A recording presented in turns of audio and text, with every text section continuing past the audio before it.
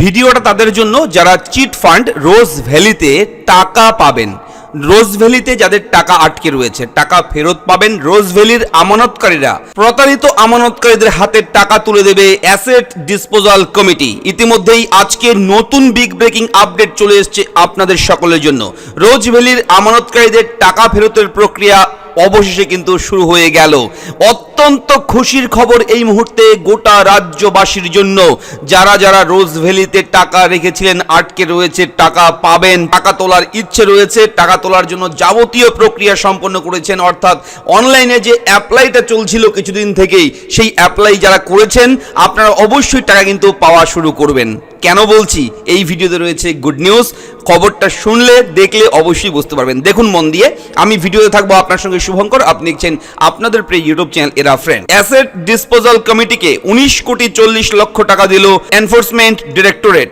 প্রথম দফায় 19,40,00,000 টাকা দিল ইডি।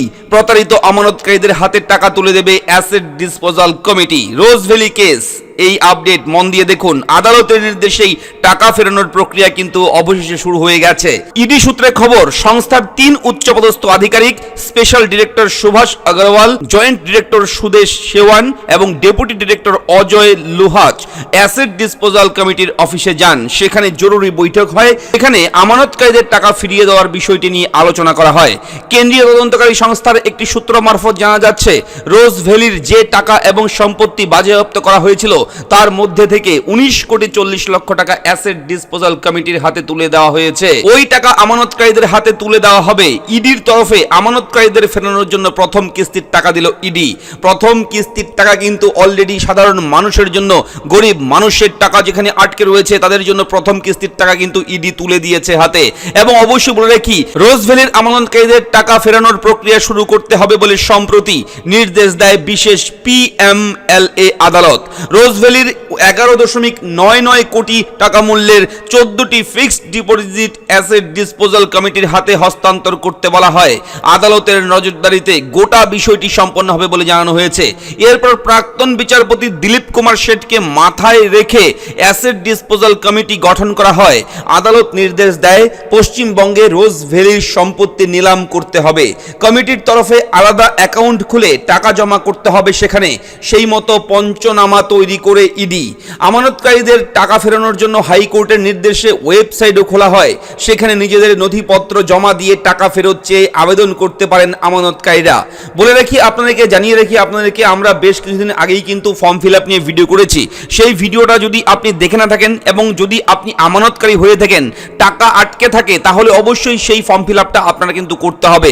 এবং সেই ফর্ম ফিল আপটা কিভাবে করবেন, কোথায় করবেন, কি কি লাগবে, কোথায় কি লিখতে হবে, সবকিছু নিয়ে অলরেডি ভিডিও আছে। সেই ভিডিওর লিংক আমি এই ভিডিও নিচে ডেসক্রিপশনে দেব, সেখানে ক্লিক করে আপনারা দেখে নেবেন, তাহলে নিজেরাই করতে পারবেন। তো বলে রাখি, সেই সমস্ত নথি, যে নথিগুলো আপনারা অনলাইনে সাবমিট করবেন, সেই সমস্ত নথি যাচাই করে আমানতকারীদের প্রাপ্য টাকা মিটিয়ে দেওয়া হবে বলে ঠিক হয়। সেই মতোই এবার টাকা ফেরানোর প্রক্রিয়া শুরু হলো। 2013 সালে প্রথম সারদা চিটফান্ড কাণ্ডের পর্দা ফাঁস হয়। এরপর রোজ ভ্যালির দুর্নীতির কথাও সামনে আসে। তদন্তে নামে ইডি, সিবিআই। রোজ ভ্যালির কর্ণধার গৌতম কুণ্ডু এখনো জেলেই রয়েছে। সেই অবস্থাতেই সংস্থার সম্পত্তি নিলাম করে টাকা ফেরানোর প্রক্রিয়া শুরু করে দিল। তো ভিডিওর আপডেটটা অত্যন্ত সুখবর, খুশির খবর তাদের জন্য যারা টাকা পাবে, যাদের টাকা আটকে রয়েছে, সাধারণ মানুষের টাকা, সেই টাকা আপনারা কিন্তু পেতে চলেছেন খুব শীঘ্রই। ইতিমধ্যেই প্রসেস শুরু হয়ে গেছে। তো দেখা হচ্ছে পরবর্তী ভিডিওতে। আপনাদের মতামত, আপনার সমস্যা, আপনার জিজ্ঞাসা কমেন্ট বক্সে লিখে আমাকে জানাবেন। আমি অবশ্যই উত্তর দেওয়ার চেষ্টা করব। দেখা হচ্ছে পরবর্তী ভিডিওতে। ভালো থাকবেন, ধন্যবাদ। চ্যানেলটাকে সাবস্ক্রাইব করে দিন এক্ষুনি। পরবর্তী ভিডিওতে আবার আসছি।